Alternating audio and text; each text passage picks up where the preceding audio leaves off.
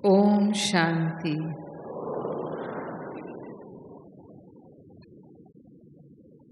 दो दिनों से आप यहाँ शांतिवन में स्वनिरीक्षण तपस्या भट्टी कर रहे हैं और योग की गहराइयों का भी अनुभव कर रहे हैं। तो बाबा से सर्व संबंध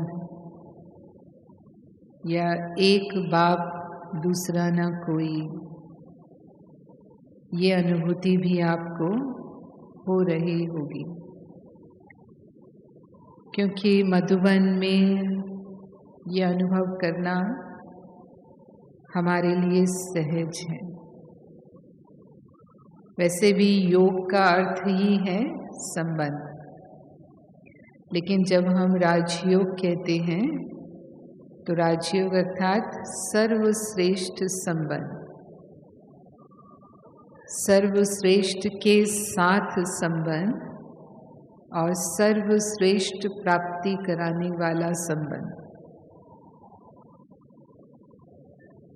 ऐसे तो संसार में भी हम संबंधों में रहते हैं,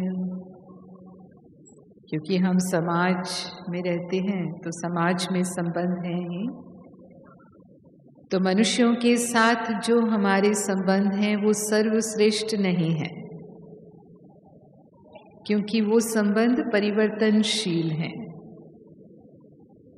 व्यक्ति की मनस्थिति बदलती है, परिस्थिति बदलती है, तो वो व्यक्ति भी बदल जाता है।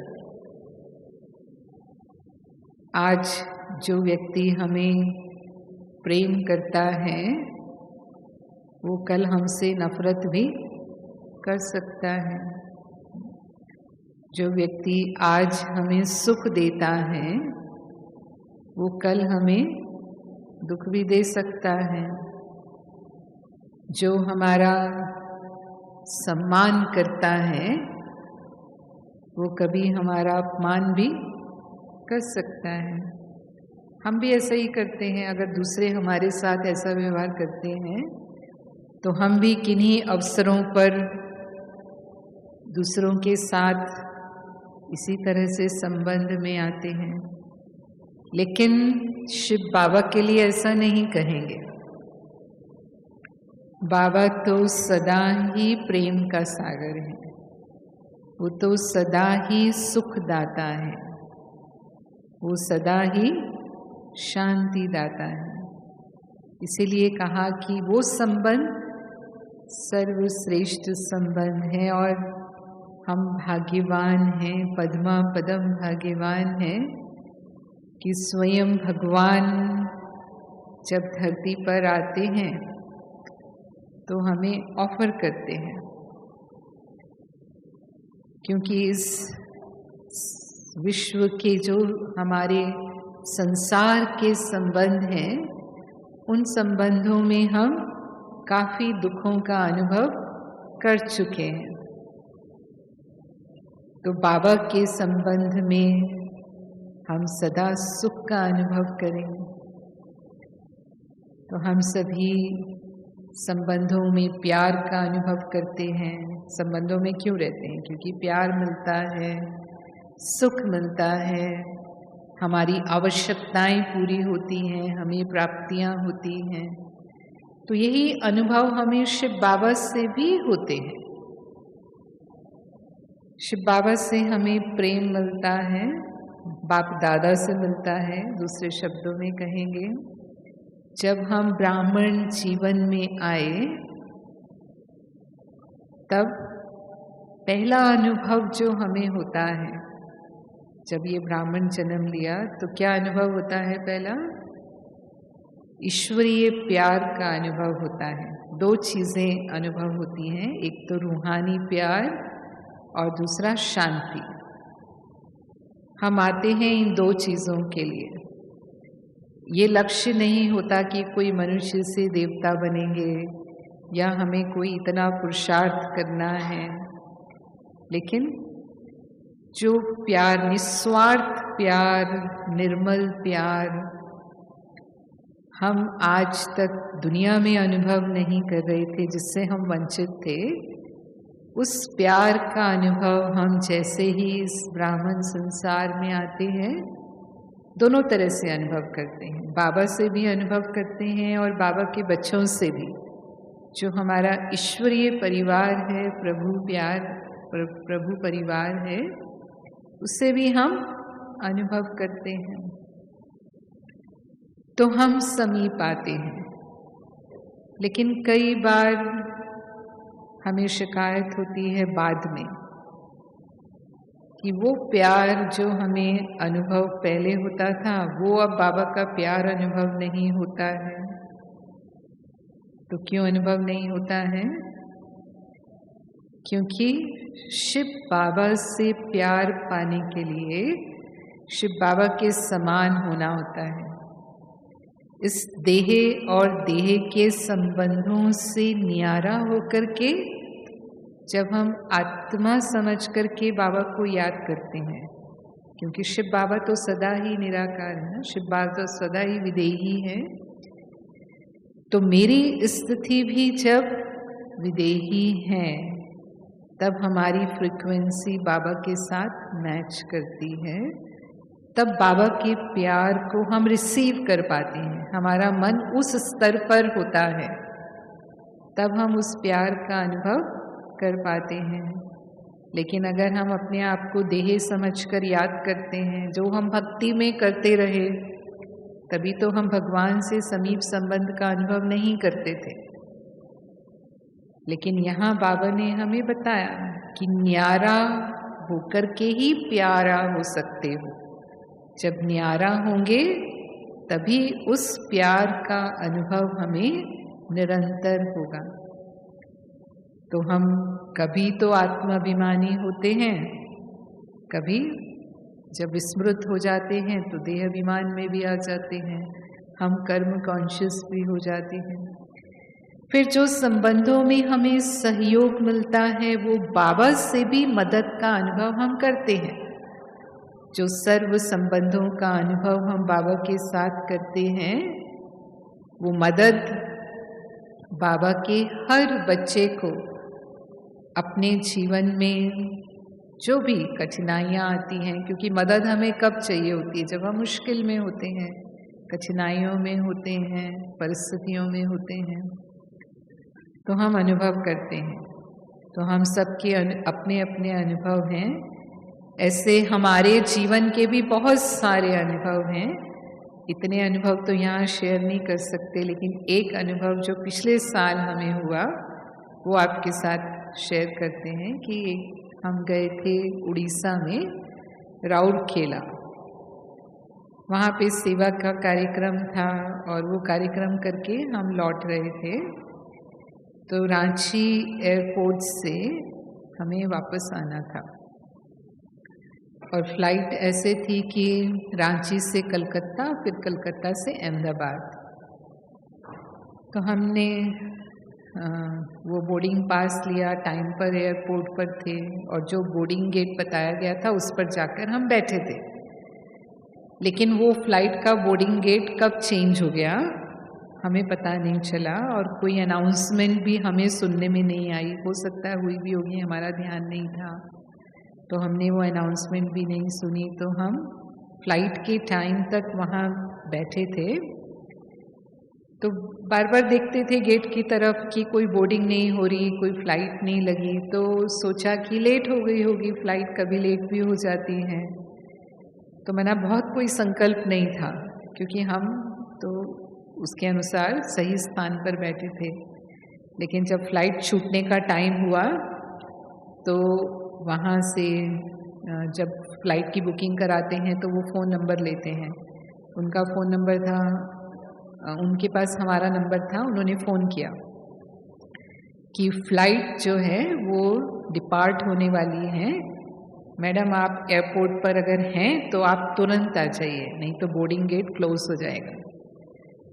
तो एकदम मुझे आश्चर्य हुआ कि हम इतने समय से यहाँ बैठे हैं और ये अचानक। तो हमने पूछा कि फ़्लाइट कहाँ है, यहाँ तो कोई फ़्लाइट नहीं है जहाँ हम गेट पर हैं। उसने कहा नहीं, बोर्डिंग गेट तो चेंज हो गया। आपको नहीं पता चला? मैंने कहा नहीं पता चला। तो उन्होंने कहा तुरंत आ जाइए। हमने सामान उठाया तो जो बैग था, अब जल्दी जल्दी में ऐसा होता है कि कुछ छूट जाता है, तो जो बैग में बोर्डिंग पास था वो बैग ही छूट गया वहाँ उस गेट पर, और हम पहुँच गए उस गेट पर जहाँ से फ्लाइट छूटनी थी। तो उसने तुरंत बोला लाओ बोर्डिंग पास और हम आपको निकाल देते हैं, बस 1 मिनट ही है फ्लाइट छूटने में। अब जैसे ही मैंने देखा तो देखा बोर्डिंग पास ही नहीं है। अब बोर्डिंग पास नहीं है तो बोर्डिंग हो ही नहीं सकती। मैंने कहा हमारा बैग तो वहाँ छूट गया लगता है और मेरा बोर्डिंग पास उसी बैग में है, तो मैं 1 मिनट में जाकर ले आती हूँ, इतना ही डिस्टेंस है। तो उन्होंने कहा नहीं इतना टाइम नहीं है, तो फिर आपकी फ़्लाइट अब छूट गई, अब हम कुछ नहीं कर सकते। और ऐसे करके उसने हाथ खड़े कर दिए और फ्लाइट का गेट बंद हुआ और फ्लाइट रनवे पे चली गई। तो अब हमने भी सोच लिया कि ठीक है छूट गई। फिर मैंने बाबा को याद किया। मैंने कहा बाबा हमारी तो कोई गलती नहीं, हम तो टाइम से आकर बैठे थे यहाँ। अब आप जानो वो कलकत्ता की जो फ़्लाइट थी वो 3 घंटे के बाद थी और उसके बाद अहमदाबाद आना था। तो मैंने कहा अच्छा ठीक है, अब दूसरी फ़्लाइट भी अगर करके जाना पड़ेगा तो हम जाएंगे, लेकिन वहाँ तक पहुँचा देना टाइम से। ऐसे करके मैंने मन में बाबा से बात की, बाबा के ऊपर छोड़ा कि अब आप जानो क्या करना है, अब ये तो चली गई। तो वो जो क्रू मेंबर थी जिसने बोर्डिंग कराया, उसने हमको इशारा किया, हम जाने लगे तो उसने इशारा किया, उसने कहा रुको आप। तो हमने कहा कि अच्छा आप कोई बुकिंग करा सकते हैं हमारी। मैंने पूछने की कोशिश की कि कोई नेक्स्ट फ़्लाइट, कोई विदिन 1 आवर कोई फ़्लाइट हो, क्योंकि वहाँ से कलकत्ता सिर्फ आधा पौने घंटे का ही फ़्लाइट था। तो उसने कहा कि हम देखते हैं क्या हो सकता है, आप अभी यहीं रहो और मेरे साथ आओ। उसने अपना सारा काउंटर क्लोज़ किया और हमें लेके गई अपने ऑफिस में, जो फ़्लाइट का ऑफिस बुकिंग ऑफिस होता है वहाँ पर, और उसने कहा आप यहीं वेट करो, आपको कहीं जाना नहीं है। फिर मैंने पूछा कि क्या आप कुछ प्रबंध करेंगे हमारे लिए या हम कुछ करें? तो उसने कहा आप रुको अभी मैं बताती हूँ। अब वो क्या कर रही थी वो मुझे नहीं मालूम, उसने हमें भी नहीं बताया। तो उसने ट्राई किया होगा अपने कुछ ऑफिसर्स को, मैनेजर्स को, जो भी उससे रिलेटेड हैं, और फिर 15-20 मिनट के बाद ही उसने बोला तुरंत मेरे साथ आओ। तो हम गए उसके साथ। उसने दोबारा हमसे सिक्योरिटी चेक कराया, अभी भी समझ में नहीं आ रहा कि क्या हो रहा है। दोबारा सिक्योरिटी चेक कराया, लेकर के गई, और जब गेट से बाहर गए तो देखा कि जो फ़्लाइट रनवे पे चली गई थी वही फ़्लाइट वापस लौट करके हमारे लिए आ रही है।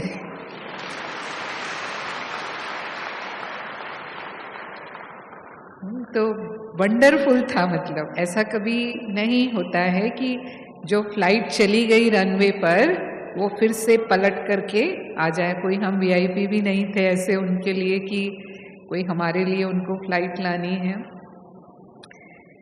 तो जस्ट बाबा के ऊपर छोड़ा कि बाबा आपको कैसे भी पहुंचाना है, आप जानो क्या करना है अभी, और देखो भगवान ने अपना काम कर दिया। तो ऐसे तो बहुत सारे अनुभव हैं, मैं जस्ट आपके साथ ही एक शेयर किया। तो हम कहाँ भी मुश्किल में होते हैं तो हम देखते हैं कि बाबा को जैसे ही हम उस संबंध से याद करते हैं, बाबा की मदद होती है हमारे लिए। लेकिन वो किसको निमित्त बनाता है, किसी के माध्यम से करता है। कई बार हम वो समझ नहीं पाते, क्योंकि शिव बाबा तो स्वयं निराकार है, वो तो आएगा नहीं, ज़रूर वो किसी को टच करेगा, किसी के द्वारा ही वो हमारा कार्य करेगा। तो बाबा के साथ हमारे माता पिता, शिक्षक, गुरु, ये मुख्य संबंध है, और फिर उसके साथ साथ वो हमारा सखा, साजन, स्वामी, साथी, बंधु, बच्चा भी है, फिर धर्मराज भी है। ये सब संबंध हम समय पर जब जिस संबंध की आवश्यकता है, बाबा कहते हैं हमें अनुभव करना है। क्योंकि अगर सर्व संबंध बाबा के साथ अभी अनुभव नहीं किए तो फिर जो संबंध की कमी होगी उस संबंध में वो बुद्धि खींचेगी। इसीलिए एक से ही सर्व संबंधों का हमें अनुभव करना है। तो वो हमारा माता पिता है।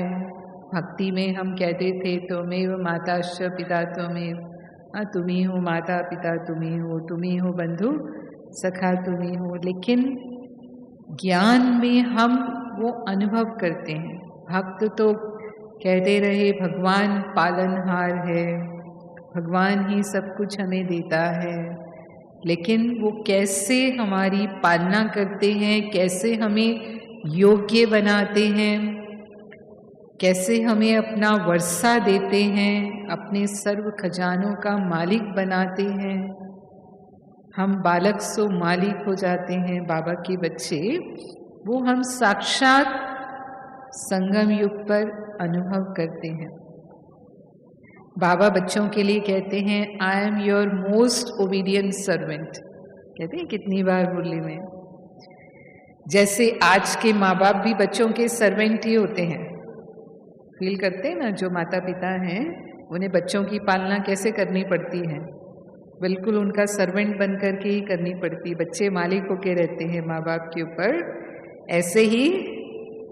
ऐसे ही हम भी बाबा के मालिक बच्चे हैं और बाबा हमें मालिकम सलाम कहते हैं। हर रोज हमें बाबा की याद प्यार मिलती है।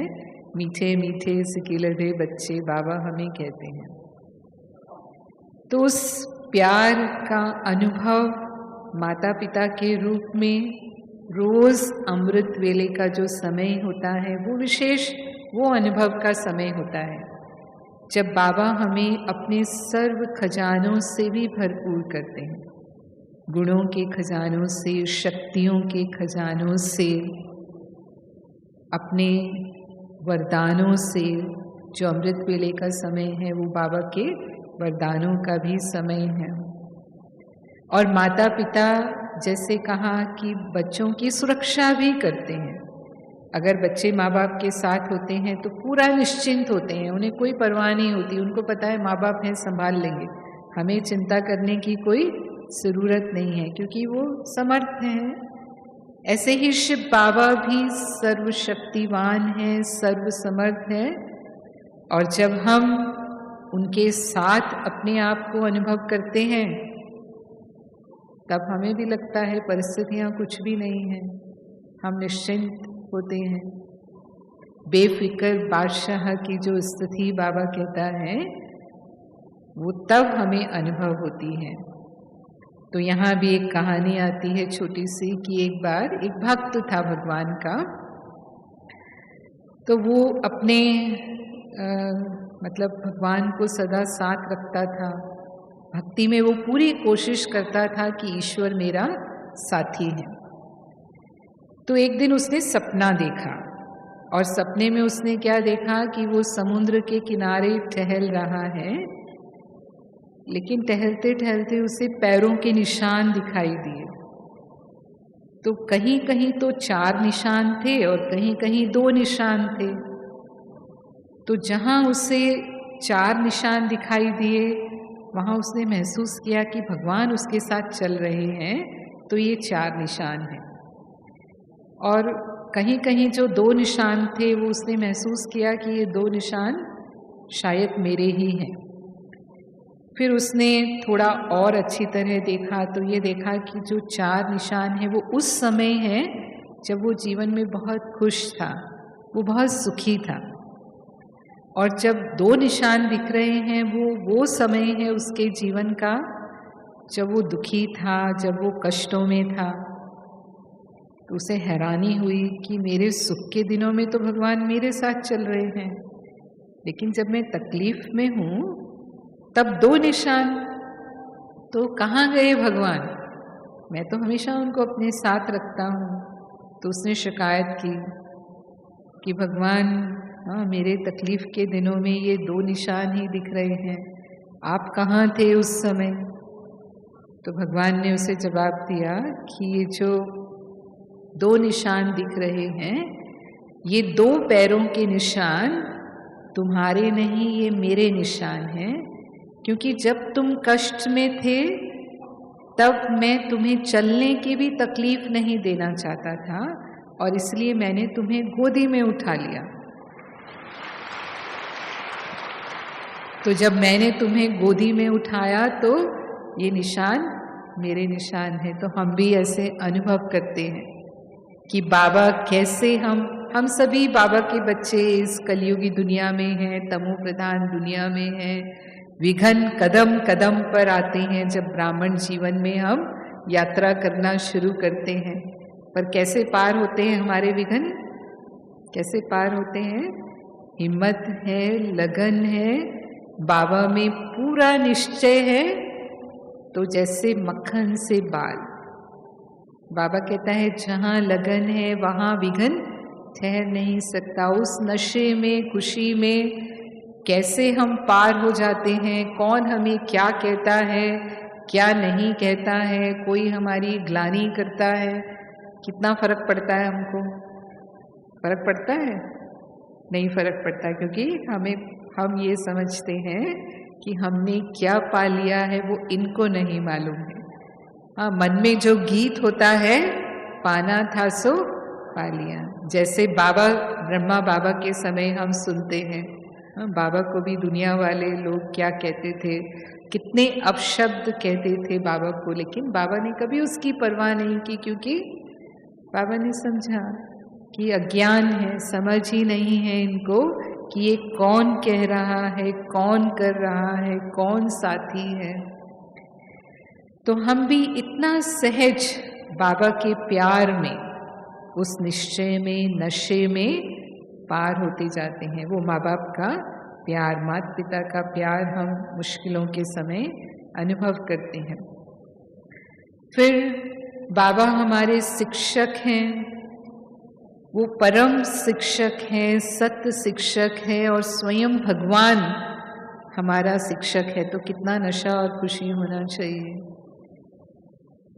किसी का भी दुनिया में भी अगर कोई रिनाउंड टीचर होता है, कोई प्रसिद्ध पढ़ाने वाले और प्रसिद्ध यूनिवर्सिटी में पढ़ने वाले होते हैं, मानो कोई कैम्ब्रिज में पढ़ते हैं, हार्वर्ड यूनिवर्सिटी में पढ़ते हैं, या ऑक्सफोर्ड में पढ़ते हैं, ऐसी कई प्रसिद्ध यूनिवर्सिटीज़ हैं दुनिया में। अगर उनमें पढ़ते हैं और पढ़ाने वाले भी ऐसे ही प्रोफेसर्स होते हैं, तो स्टूडेंट्स को बहुत गर्व होता है और बहुत उसका नशा भी होता है कि कहाँ पढ़ रहे हैं हम, क्या पढ़ रहे हैं, कितना ऊंची प्राप्ति हमें होने वाली है इससे। और हमारी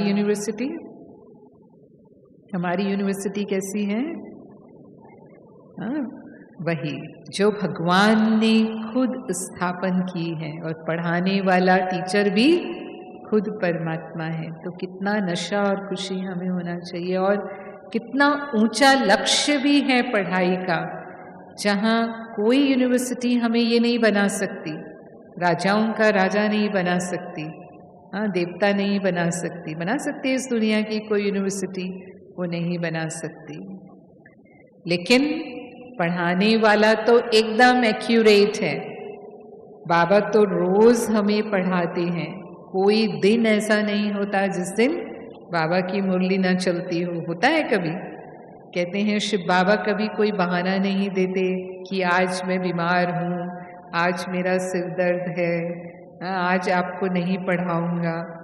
पढ़ाने वाला टीचर बिल्कुल रेगुलर पंचुअल है हमारा, लेकिन पढ़ने वाले हम स्टूडेंट्स कैसे होने चाहिए?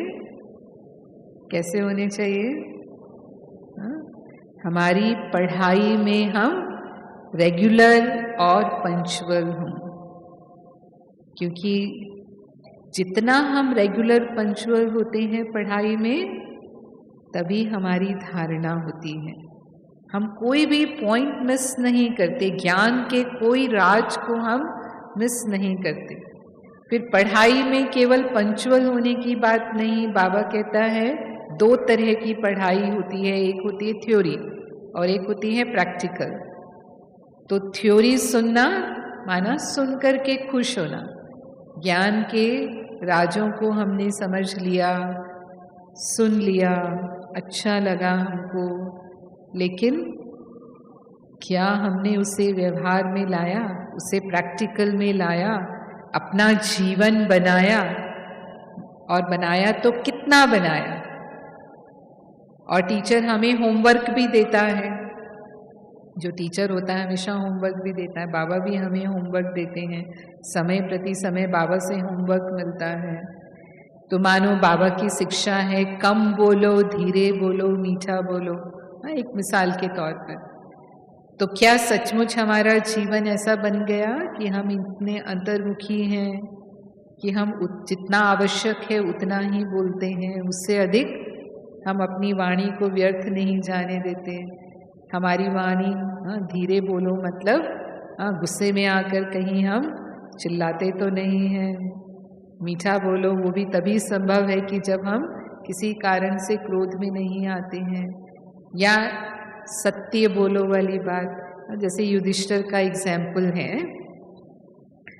कि जब गुरु द्रोणाचार्य कौरवों और पांडवों को शिक्षा दे रहे थे, तब शुरू प्रारंभिक समय था उनकी शिक्षा का, तो उन्होंने बहुत एक सहज पाठ उनको दिया। छोटे बच्चे थे दोनों ही कौरव पांडव। तो कहा कि बच्चों पाठ याद करके आना, कल क्रोध मत कर। आसान है। दूसरे दिन सबसे पूछा पाठ याद करके आए, तो सभी ने कहा जी गुरुजी। सुना दिया सबने, क्रोध मत कर। युधिष्ठिर चुप रहे। तो गुरु द्रोणाचार्य ने पूछा युधिष्ठिर तुम नहीं कहते हो, सबने कहा। तो युधिष्ठिर ने कहा गुरुजी मुझे याद नहीं हुआ। तो गुरु ने कहा ठीक है कोई बात नहीं, कल याद करके आना। फिर दूसरे दिन आते ही गुरुजी ने पूछा युधिष्ठिर पाठ याद हो गया? तो युधिष्ठिर ने कहा नहीं गुरुजी नहीं याद हुआ। तो अब गुरु ने थोड़ा सा गुस्सा किया, इतना सहज पाठ युधिष्ठिर तुम याद नहीं कर सकते हो? 2 दिन हो गए तुमको, कल जरूर याद करके आना। अगर कल याद करके नहीं आए तो कक्षा में तुम्हें बैठने नहीं दिया जाएगा, कक्षा के बाहर खड़े रहना होगा। कहा जी गुरुजी। क्योंकि युधिष्ठिर क्या सोच रहा था कि दुर्योधन ने मुझे ऐसा कहा, तभी भी मुझे थोड़ा तो गुस्सा आया, इसका मतलब मुझे अभी पाठ याद नहीं हुआ। अब अगले दिन फिर गुरु ने पूछा युधिष्ठिर पाठ याद हुआ?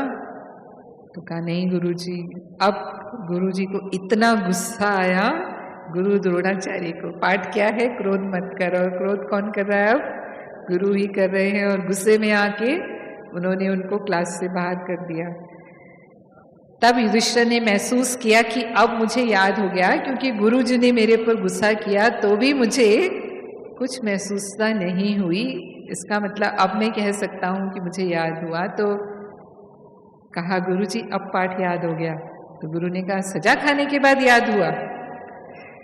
तो कहा नहीं गुरुजी, मैं अपने आप को देख रहा था कि क्या जब मेरे साथ कोई ऐसा व्यवहार करता है तभी भी मुझे गुस्सा तो नहीं आता है।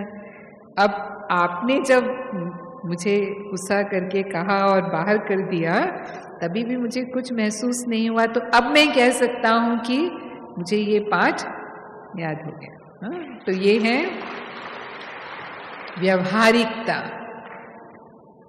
क्या हम अपने जीवन में, आप जैसे बाबा ने कई बार हमसे कहा बच्चे क्रोध के अक के फूल को मेरे ऊपर चढ़ा दो। एक बार बाबा ने ये होमवर्क भी दिया था, मुझे याद है ओम शांति भवन में जब बाबा की मुरली चलती थी तो बाबा ने 6 महीने का टाइम दिया था कि बच्चे 6 महीने के अंदर अंदर क्रोध मुक्त हो जाना है सभी को, क्योंकि क्रोध भी अपवित्रता का अंश है।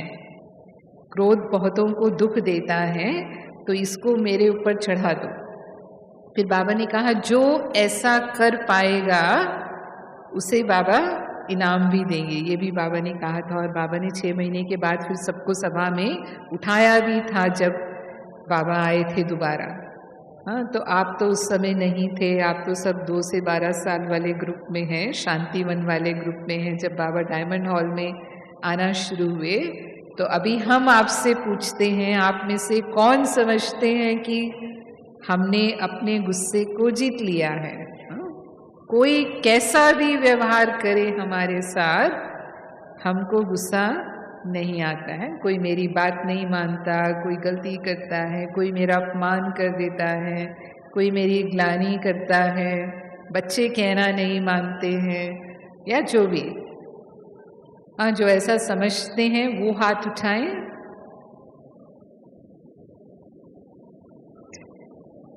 बहुत कम, हाँ, 8-10 भाई बहनों के हाथ उठ रहे हैं और आए कितने हैं? 6000।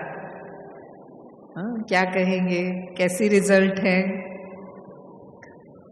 तो ज्ञान जो बाबा हमें रोज देते हैं वो हमारे स्वरूप में आए, वो हम कहेंगे कि हम टीचर को अपना अच्छे स्टूडेंट होने का प्रमाण देते हैं।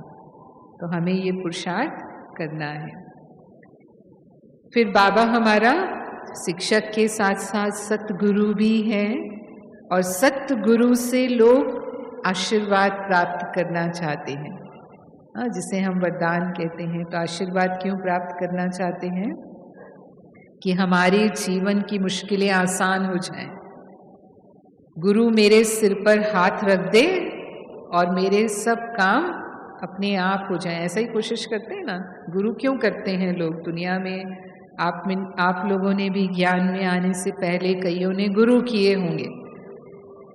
तो वो गुरु हमारे जीवन के मार्ग को सहज बना दे, ये हम उससे आशा रखते हैं।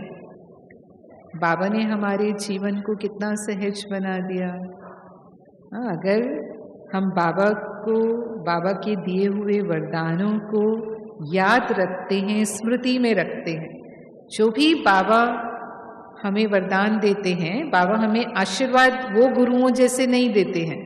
बाबा कहते हैं वो आशीर्वाद देने की जरूरत नहीं है। जिस घड़ी आपका जन्म हुआ उस घड़ी ही आप बाबा के वरदानों के अधिकारी बन गए, आप उसके वारिस बन गए। लेकिन जितना आप उसे यूज करेंगे, जितना आप प्रयोग करेंगे, जितना उन्हें स्मृति में रखेंगे, उतना वो वरदान आपके जीवन में स्वतः ही काम करेंगे। अब दुनिया में क्या मांगते हैं? आशीर्वाद, लंबी आयु हो जाए, हम सुखी रहें, सुखी भाव का वरदान, या किसी को बेटा नहीं है तो पुत्रवान भव, ये वरदान मिल जाए। निरोगी भव, कोई रोगी है तो निरोग हो जाए, ऐसे ही मांगते हैं। तो बाबा कहता है ये भी वरदान मैंने दिए हैं। इस जन्म में नहीं, आने वाले 21 जन्मों तक तो वो चलने वाले हैं। तो यहाँ लंबी आयु भाव का वरदान क्या है? वो शरीर की आयु से बाबा का मतलब नहीं है, लेकिन यहाँ लंबी आयु का अर्थ है कि हमारे इस ब्राह्मण जीवन की आयु, जब तक ये संगम युग चलता है तब तक इस ब्राह्मण जीवन में हम जीते रहें। यानी कई बार बाबा मुरलियों में कहते हैं ना, आश्चर्यवत सुनंती कथंती, सुनावंती, और फिर वो नहीं, उसको छोटी आयु कहेंगे। अगर ऐसा कोई हो जाता है तो ब्राह्मण जीवन की आयु लंबी हो, फिर निरोगी हो। केवल आयु लंबी होने से सुख नहीं होता है, लेकिन लंबी आयु के साथ साथ निरोगी भी होना जरूरी है, नहीं तो जीवन दुखमय होगा। तो ये ब्राह्मण जीवन में निरोगी रहें, यानी जो माया के रोग लग जाते हैं ब्राह्मण जीवन में, माया आ जाती है, उस माया के विघ्नों से भी बचे रहें। बुद्धि में उलझने या दिल शिकस्त हो जाएं किसी बात को लेकर के, या मूंझते रहें, बाबा कहता है इससे भी मुक्त रहें, वो बाबा हमें कहते हैं। फिर पुत्रवान भव, तो दुनिया में तो बच्चे होते हैं, 1 या 2 बच्चे होते हैं। आज की मुरली में भी बाबा ने कहा कि जो बच्चे हैं उनकी पालना करो, लेकिन नई रचना नहीं रचनी है। पर यहाँ बाबा कहता है ये पूरी सृष्टि ही जैसे बाबा रचयिता है, सभी आत्माएं बाबा के बच्चे हैं, आप मास्टर रचयिता हो। ये पूरे विश्व की आत्माएं, इनकी बाबा के समान आप पालना करने वाले हो। तो बेहद के मास्टर रचयिता बाबा हमें बना देता है। तो हद के 1-2 बच्चों की बात नहीं, कितने बच्चे हो जाते हैं? अनगिनत। बेहद माना जिसकी कोई गिनती नहीं, और उन सब आत्माओं की पालना करना माना उनके प्रति शुभ भावना रखना, शुभकामना रखना, स्नेह की भावना, सहयोग की भावना। कोई भी इस संसार की जो भी आत्मा हमारे संपर्क में आती है उससे हमारा सहयोग चाहिए, हमारा स्नेह चाहिए। बाबा ने मुझे निमित्त बनाया है और हम ऐसा समझकर उन आत्माओं के लिए वो सब करते हैं। तो बेहद की रचना की पालना करने वाले, तो कभी ऐसा फील ही नहीं होगा मानो किसी को बच्चे नहीं होते दुनिया में तो बहुत दुखी रहते हैं, हाँ, कि मेरे बच्चे नहीं हैं। क्या क्या उपाय करते रहते हैं, उसी के कारण बहुत गुरुओं के पास जाते हैं, तीर्थों पे जाते हैं। लेकिन बाबा के बनने के बाद पूरी दुनिया ही अपनी हो गई, हाँ, ऐसा कहेंगे। और ऐसे ही बाबा हमें सदा सुखी भाव का वरदान देते हैं।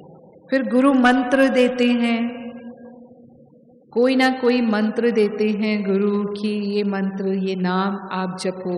हालांकि वो कठिन कठिन संस्कृत के मंत्र होते हैं, कई बार उन मंत्रों के अर्थ भी लोग नहीं जानते हैं, लेकिन फिर भी गुरु में भाव होता है, श्रद्धा होती है, समर्पण होता है। तो जो गुरु ने कहा उसे बहुत निश्चय से, भावना से करते हैं।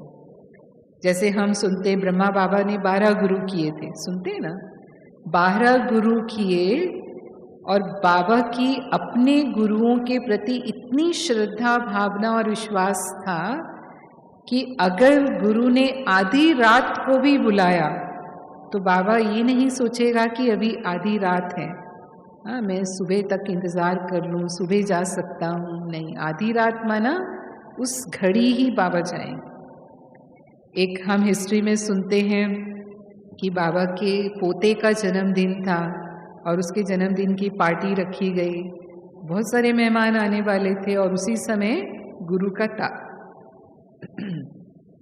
का तार आ गया। तो गुरु ने बुलाया था कोई ज़रूरी काम से, तो बाबा ने अपनी पत्नी जसोदा को कहा कि गुरु ने बुलाया है और मैं निकल रहा हूँ। तो यशोदा माता ने कहा, आप कैसे जा सकते हैं, आपने ही ये पार्टी रखी है और इतने मेहमान घर में आने वाले हैं, आपके कारण ही आने वाले हैं, तो आपको रहना ज़रूरी है। तो उसने कहा कि ये सब तुम संभालो, अभी गुरु का बुलावा मेरे लिए काल का बुलावा है और मैं अभी जाऊँ। और वो गए, और पता चला कि वहाँ जो काम था वो कोई इतना ज़रूरी नहीं था कि बाबा को तुरंत आने की ज़रूरत थी, लेकिन फिर भी बाबा ने उसको टाला नहीं। तो क्यों ब्रह्मा बाबा शिव बाबा के माध्यम बने? ऐसे अनेक गुण और विशेषताएं बाबा के अंदर थी जो बाबा ने उन्हें अपना माध्यम बनाया। तो गुरु के प्रति ऐसा श्रद्धा और विश्वास, हाँ, गुरु के प्रति कहते हैं फरमानदार। शिष्य को कैसा होना चाहिए? फरमानबरदार होना चाहिए। गुरु ने जो फरमान दिया उसको उसी रीति पालन करना, उसमें जरा भी प्रश्न नहीं, ऐसा क्यों, ये क्या। तो क्या बाबा के कहे हुए पर कभी हमें कोई प्रश्न उठता है? अगर हम उस संबंध से उसको मानते हैं तो बाबा के पूरे फरमानबरदार हम होंगे गुरु के संबंध से। और फिर वो तो कहते हैं मंत्र दे करके, किसी को मंत्र नहीं बताना, ये आपका पर्सनल मंत्र है। कहते हैं ना, नाम आपको मिला है, किसी को नहीं कहना।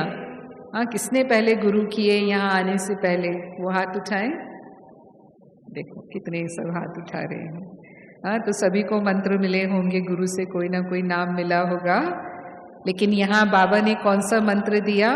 मन मना भव और मध्याची भव। मन को मेरे में लगाओ। इतना सहज मंत्र, बाबा को याद करना कितना सहज है, इसलिए सहज राजयोग है हमारा। बस एक संकल्प की दूरी पर है, बाबा के प्रति संकल्प किया और वो याद हमारी हो जाती है। कोई संस्कृत के कठिन कठिन मंत्रों का जाप नहीं। और बाबा कहता है सबको कहो, कि क्या मंत्र भगवान ने हमें दिया है कि मन को मेरे में लगाएंगे, मेरी शरण में आएंगे तो मैं तुम्हें सब पापों से मुक्त कर दूंगा। मुझे याद करेंगे तो विकर्म विनाश होंगे। तो भगवान हमें नहीं कहता अपना मंत्र अपने तक रखो, क्या कहता है, सारी दुनिया में ढिंडोरा पीट करके बता दो कि बाबा ने हमें क्या मंत्र दिया है। तो वो गुरु का संबंध, जो गुरुओं का भी गुरु है बाबा, वो हम अनुभव करते हैं।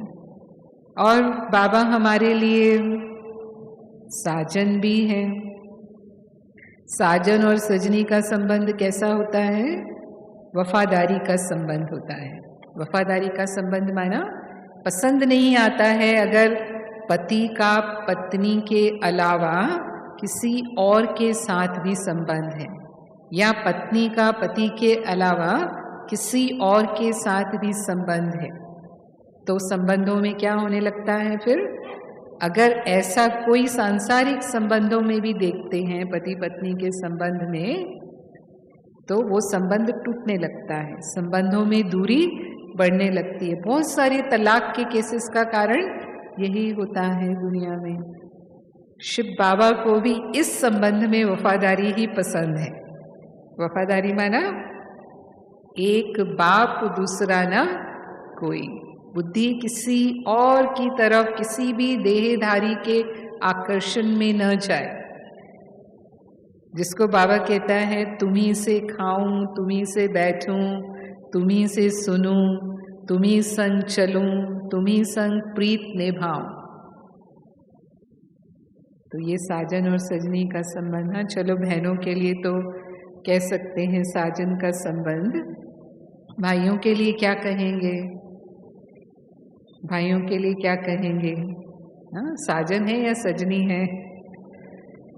क्या कहेंगे? या सजनी है? जो संबंध अनुभव करना चाहें, क्योंकि आत्मा रूप में तो सभी सजनियां हैं, आत्मा रूप में सब सीताएं हैं। बाबा कहते हैं ना, सभी सीताओं का राम कौन है? आज की मुरली में भी था। तो आत्मा रूप में तो हम सब बाबा की सजनी हैं। चाहे अब ये शरीर रूपी जो चोला है इस समय भले ही पुरुष का है, लेकिन आत्मा समझ के बाबा को हमें याद करना है। लेकिन वफादारी बाबा के प्रति बिल्कुल एक बाप और दूसरा कोई आधार हमारे जीवन में ना हो। फिर वो हमारा दोस्त भी है। आज माता पिता से भी दोस्त प्यारे होते हैं दुनिया में। फ्रेंड सर्कल चाहिए, फ्रेंड सर्कल से बहुत सपोर्ट मिलता है। जो बातें हम माँ बाप को भी नहीं कह सकते वो हम अपने दोस्तों से करते हैं। तो शिव बाबा खुदा दोस्त के रूप में हमारा साथी है। हमारे जो शास्त्र हैं उनमें भी दोस्ती की कहानियाँ आती हैं, कैसे सुदामा और कृष्ण की दोस्ती थी और समय पड़ने पर कैसे श्री कृष्ण ने सुदामा को बिल्कुल अपने समान ही बना दिया जब उसको ज़रूरत पड़ी। वो बहुत गरीब था। ऐसे और भी कई दोस्ती के किस्से हैं जो भक्तों के साथ भगवान ने निभाए। भक्तों को भी भगवान ने उस संबंध से अनुभव कराया। तो हम तो भगवान के बच्चे हैं, हम तो डायरेक्ट भगवान के संबंध में हैं। तो भगवान भी हम जब वो साथी बना करके हम उसको अपने साथ रखते हैं, वो दोस्त तो हमेशा हमारे साथ नहीं हो सकते, लेकिन भगवान ऐसा दोस्त है जो हम जब चाहें, जिस समय चाहें, जहाँ चाहें, जितना समय चाहें हमारा साथी हो सकता है। और हर कर्म में हम उसको साथी बना लें। हर कर्म में साथी हैं तो वो कर्म हमारा और सहज कर देगा, क्योंकि कर्म में उसकी शक्ति आ जाएगी, ईश्वरीय शक्ति जुड़ जाएगी। इसीलिए बाबा कहता है जब भी आप कर्म करते हो तो करन करावनहार साथी को अपने साथ रखो। वो साथी मेरे कर्म में सहयोगी है, मेरे कार्य में वो हाथ बटा रहा है। तो वो हमारा सच्चा दोस्त है, वो हमारा बच्चा भी है। परमात्मा हमारा बच्चा भी है। आप तो सब प्रवृत्ति वाले हैं, और सबने बाबा को अपना वारिस बनाया है, क्या कहेंगे? वारिस बनाया है तो फिर अगर 2 बच्चे हैं तो तीसरा कौन सा है? बाबा है। तो जो हम 2 बच्चों के लिए करते हैं उसमें एक तीसरा भी ऐड हो गया, उतना ही किसके लिए भी करना है? बाबा के लिए। तभी हम कहेंगे कि उस संबंध को हम निभा रहे हैं। संबंध है माना, फिर उसको हमें निभाना है, प्रैक्टिकल में हम उसे निभाएं। अगर हम अपने बच्चों को प्रॉपर्टी का हिस्सा देते हैं तो क्या हमने बाबा को अपने उस प्रॉपर्टी का हिस्सेदार बनाया है? और वो हमारी प्रॉपर्टी को लेने वाला नहीं है, पदम गुना करके और ही हमें रिटर्न करने वाला है। कई बार मुरलियों में बाबा कहते हैं कि जो बच्चे बाबा को अपना वारिस बनाते हैं फिर बाबा उन्हें 21 जन्मों के लिए वारिस बना देते हैं। आने वाले समय में हम बच्चों को खाना खिलाते हैं, माताएं हैं, तो बाबा को भी क्या करना है? बाबा को भी क्या करना है? वो भी बच्चा है ना, तो रोज भोग लगाना है। भगवान को खिलाए बिना हमें भोजन नहीं खाना है। तो उसको भी हम स्वीकार कराएं। जैसे अपने पूरे परिवार को हम खिलाते हैं और बच्चों का तो विशेष ध्यान रखते हैं, तो बाबा मेरा बच्चा है तो उसका भी मुझे ध्यान रखना है कि उसे किस तरह का भोजन पसंद है, क्या मुझे बाबा को भोग लगाना है। रोज उसके हिसाब से, उस भाव से अगर हम बनाएंगे तो वो हम फील भी करेंगे उस संबंध में। फिर एक संबंध जो है धर्मराज का, जिसे हम कहेंगे कि वो न्याय वाला संबंध है। बाबा हमारे लिए धर्मराज भी बनता है, लेकिन पूरे संगम युग में वो धर्मराज नहीं बनता। पूरे संगम युग में तो बाप, टीचर, गुरु के रूप में बाबा हमारी विशेष पालना करते हैं। फिर उसके अलावा जो एक संबंध हमें बहुत पसंद है वो हम बाबा से अनुभव करेंगे, तो फिर एक में ही हम सर्व का भी अनुभव कर लेंगे। कई बार लोग कंफ्यूज होते हैं कि बाबा हमारा पिता भी है और बाबा हमारा साजन भी है, कैसे हो सकता है? एक में ही वो पिता भी है और एक में ही वो साजन या सजनी, जो भी हम संबंध का अनुभव करना चाहें। तो बाबा कई बार कहते हैं कि अगर हमें ऐसा लगता है तो माता पिता, गुरु, शिक्षक तो वो हैं ही, वो तो रोज पालना मिलती है हमें, लेकिन एक जो अन्य संबंधों में बहुत प्यारा हमें लगता है, चाहे वो दोस्त प्यारा लगता है, चाहे वो साजन का संबंध प्यारा लगता है। कई लोगों को आशिक माशूक का संबंध पसंद होता है, क्योंकि शिव बाबा हमारा प्यारा माशूक भी है। हम सब कौन बैठे हैं यहाँ? बाबा के आशिक बच्चे, है ना। तो जिसको बिलवेड कहते हैं दुनिया में, और जो जिनसे प्रेम करते हैं उनके साथ घूमना फिरना पसंद करते हैं, इस स्थान पर जाएं। आजकल लोग उसको डेटिंग कहते हैं, डेट पर जाना कहते हैं ना? तो बाबा के साथ भी हम घूम सकते, नहीं घूम सकते? तो वो संबंध का अनुभव भी हम बाबा के साथ, अगर हमें वो अच्छा लगता है, जो संबंध का हम अनुभव करना चाहे, बाबा कहता है जिस समय जिस संबंध की आवश्यकता है। और वो घूमने फिरने हम यहाँ मधुबन में भी आ सकते हैं। आप अपने घर बैठे होंगे, बाबा कई बार कहता है कि लोग घूमने के लिए कहाँ जाते हैं? सागर के किनारे जाते हैं या बगीचों में जाते हैं। कौन से स्थान चुनते हैं? या रेस्टोरेंट वगैरह बहुत अच्छे 5 स्टार होटल चुनते हैं, वहाँ बैठ करके खाना पीना करते हैं। तो ये तो सागर का किनारा है। मधुबन क्या है? ब्राह्मणों के लिए बीच कौन सा है? वो सागर, स्थूल सागर के किनारे की बात नहीं। हमारा सागर का किनारा कौन सा है? ज्ञान सागर कहाँ आता है? तो मन से मधुबन में आ जाओ, बाबा के साथ घूमो, बाबा के चारों धाम, बाबा का कमरा, बाबा की झोपड़ी, और बहुत प्रेम से बाबा से वो मिलन की रूह रिहान का अनुभव हम कर सकते हैं। और उस समय जो अव्यक्त बाप दादा के मिलन के अनुभव होते हैं, उन अनुभवों को भी हम याद कर सकते हैं। वो अनुभव भी हमें समीप संबंध की अनुभूति कराते हैं कि कैसे बाबा से हमने मिलन बनाया। दुनिया में अगर कोई संबंध मिसिंग होता है ना, मतलब माँ नहीं है, किसी को बाप नहीं है, किसी को भाई नहीं है, किसी को बहन नहीं है, किसी के पति की मृत्यु हो जाती है या किसी की पत्नी की मृत्यु हो जाती है, कोई ना कोई संबंध ऐसा होता है कि जिसकी कमी होती है किसी के जीवन में, तो उसे फील करते हैं कि देखो मेरा भाई नहीं है। अभी रक्षाबंधन का त्योहार था, बाबा तो हमारा भाई भी है। जैसा अवसर होता है वो संबंध हम बाबा के साथ अनुभव कर सकते हैं। रक्षाबंधन के समय हम सब ने बाबा से राखी बंधवा ली, हाँ, तो भाई भी हो गया ना बाबा हमारा, हाँ, या हमने बांध दी, बाबा से हमने बंधवा भी ली।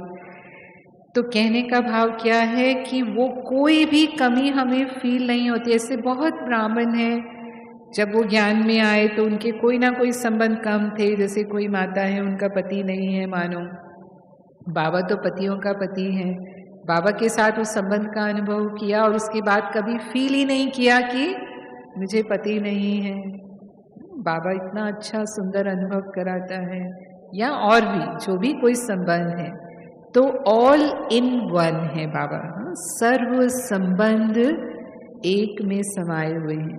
दुनिया में तो हर संबंध अलग अलग होता है ना, तो इसीलिए कहते हैं हमारे दिल के टुकड़े टुकड़े हो रखे हैं। थोड़ा टुकड़ा एक दिल में, थोड़ा एक संबंध में, थोड़ा टुकड़ा दूसरे संबंध में, फिर तीसरे संबंध में। लेकिन बाबा के साथ जब हम बाबा को याद करते हैं तो फिर सर्व संबंध एक में आ जाते हैं और हम पूरी एकाग्रता का अनुभव उस एक में करते हुए उसके लव में लीन हो जाते हैं, उसकी लगन में हम मगन हो जाते हैं। और फिर वो महसूसता हमें आती है कि जैसे बाबा ने हमें भरपूर कर दिया और जो हमने पाना था वो पा लिया। तो निरंतर योगी अगर हम बनना चाहते हैं, जैसे बाबा हमें कई बार कहते हैं 8 घंटा हम याद करें, या हमारी याद कम से कम 4 घंटा तो होनी चाहिए। चलो 8 घंटा अगर हमें ज़्यादा लगता है तो इतना तो हम करें। तो अपनी याद के चार्ट को हम संबंधों की अनुभूति से बढ़ा सकते हैं।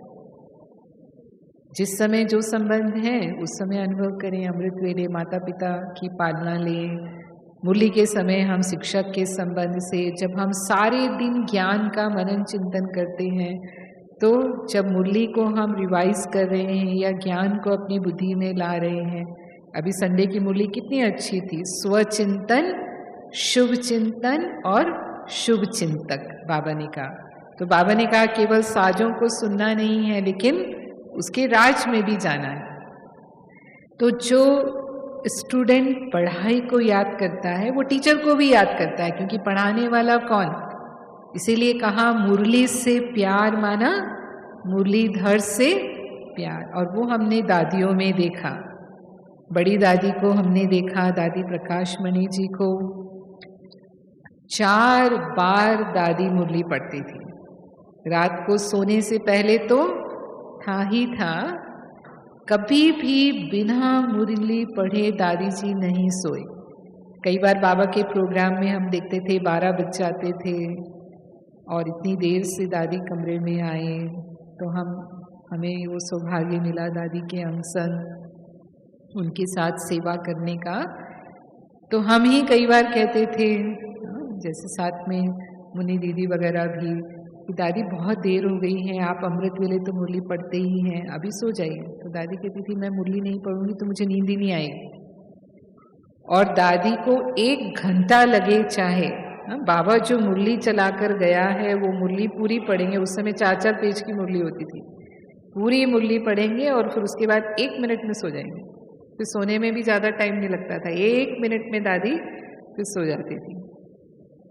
और फिर अमृत वेले पढ़ती थी, फिर मुरली क्लास में पढ़ती थी, फिर शाम को जब रेस्ट करके दादी उठती थी तो भी मुरली पढ़ती थी। और इसीलिए हम देखते थे कि दादी बाबा की शिक्षाओं का पूरा स्वरूप बाप समान थे, क्योंकि याद है, स्मृति में है कि बाबा ने क्या कहा। हम कितना याद रखते हैं मुरली को, कितना याद रखते हैं। आज मुरली सुनी, बहुत अच्छे पॉइंट्स बाबा ने कहे, ये बात कितनी अच्छी कही बाबा ने, लेकिन शाम तक कितनी याद है, कितनी याद रहती है। अगर हमने मुरली का मनन नहीं किया तो शाम तक एक पॉइंट भी हमें याद नहीं आती। तो हमारे कौन से संस्कार शुरू हो जाते हैं फिर? मुरली का जो सुबह मुरली सुनी उसका असर 2-3 घंटे अच्छा रहता है, बैटरी चार्ज रहती है। धीरे धीरे हम कर्म करते हैं, व्यवहार में आते हैं, हमारी एनर्जी यूज होने लगती है, फिर वो बैटरी डिस्चार्ज होती है और हम फिर से विस्मृति में आते हुए देह अभिमान में आ जाते हैं, कर्म कॉन्शियस होते हैं, फिर हमारा वही पुराने संस्कार इमर्ज होने शुरू हो जाते हैं। हम सोचते हैं अमृत वेला भी किया था, मुरली भी सुनी थी, सब धारणा भी है, क्यों गुस्सा आ रहा है मेरे को, क्यों चिड़चिड़ापन आ रहा है, नाराजगी हो जाती है छोटी छोटी बातों में, मन उदास हो जाता है। क्यों आ रहा है? क्यों आ रहा है? क्योंकि जो ज्ञान का हमें स्मरण करना चाहिए वो स्मरण हम बार बार नहीं कर रहे हैं। इसको कहते हैं सिमर सिमर सुख पाओ। जितना हम बाबा के ज्ञान को स्मरण करते हैं, बुद्धि पर चिंतन व्यर्थ चिंतन से स्वतः ही किनारे हो जाती है। क्योंकि हमें दुखी क्या बनाता है? पर दर्शन पर चिंतन ही हमें ज्यादा दुखी बनाता है। जैसे ही मन फ्री होगा कहाँ चला जाएगा?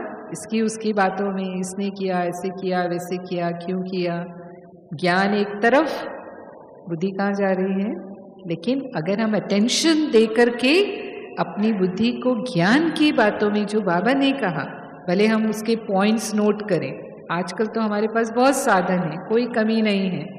हम टीवी में देख सकते हैं, हम मोबाइल से मुरली पढ़ सकते हैं, प्रिंट होकर के भी मुरली मिलना कोई मुश्किल नहीं है। जो भी साधन हमें अपनाना पड़े, जैसे कहा रेगुलर पंचुअल तो रहना ही है, रोज मुरली सुननी है, मुरली मिस नहीं करना है, लेकिन उसके साथ साथ बार बार भी उसे स्मृति में लाना है। जैसे हमने दादियों को देखा, जानकी दादी सुनाते हैं कि थोड़ा वो देरी से आए ओम मंडली में, 1 साल पीछे आए, तो बाबा तो कहता था विनाश हो जाएगा, तभी भी नहीं पता था कि कब हो जाएगा। तो सोचते थे कि अगली दिवाली भी नहीं आएगी, तो सोचते थे कि तीव्र पुरुषार्थ करना है। तो बाबा से पूछा, बाबा मैं तो थोड़ा लेट आई हूँ, तो मैं कैसे गैलअप कर सकती हूँ? दादी जानकी ने बाबा से पूछा। उस समय भी उनको लगता था मैं लेट आई हूँ, आप लोग भी सोचते होंगे हम लेट आए हैं। तो बाबा ने कहा कि बच्ची रोज 12 बार मुरली पढ़ो। नहीं, बाबा ने 6 बार कहा। बाबा ने कहा बच्ची रोज 6 बार मुरली पढ़ो। तो दादी ने कहा बाबा आप 6 बार कहते हैं, मैं 12 बार पढ़ूंगी। और दादी कहती मैंने बराबर मुरली 12 बार पढ़ी, कई बार मैं रात रात को जाग करके मुरली पढ़ती थी। तो हम चलो हम 12 बार तो नहीं पढ़ेंगे, 4 बार भी, बड़ी दादी की तरह 4 बार भी नहीं पढ़ेंगे, लेकिन कम से कम 2 बार तो पढ़ सकते हैं, इतना तो कर सकते हैं। जैसे कई बार बाबा कहते हैं जो रॉयल लोग होते हैं ना, 2 बार स्नान करते हैं, तो हमें भी ज्ञान स्नान कम से कम 2 बार तो जरूर करना है। जो सुबह हमने सुनी शाम तक डिस्चार्ज हो जाती है, शाम को फिर से हम उसे रिवाइज करें, बाबा ने क्या कहा, फिर से हम वो विस्मृति से स्मृति में आ जाएंगे। तो जितना बाबा की पढ़ाई याद है उतना ही बाबा याद है, उस संबंध से बाबा हमें याद आता है। तो बाबा को हम समय अनुसार जो संबंध जब हमें अच्छा लगता है उस संबंध से उसे अपना साथी बनाएं, और इस तरह से हम, बाबा कहता है माया जीत बन सकते हैं, सहज माया जीत बन सकते हैं, सहज निरंतर योगी बन सकते हैं, सहज बाबा से लव में लीन स्थिति का अनुभव कर सकते हैं। उसकी मोहब्बत में समाये रहेंगे तो मेहनत समाप्त हो जाएगी। कई बार बाबा कहते हैं अगर मेहनत नहीं करना चाहते तो क्या करो, कोई ना कोई संबंध से बाप की मोहब्बत में समाये रहो। जहाँ प्रेम होता है वहाँ मेहनत नहीं होती है। तो ठीक है।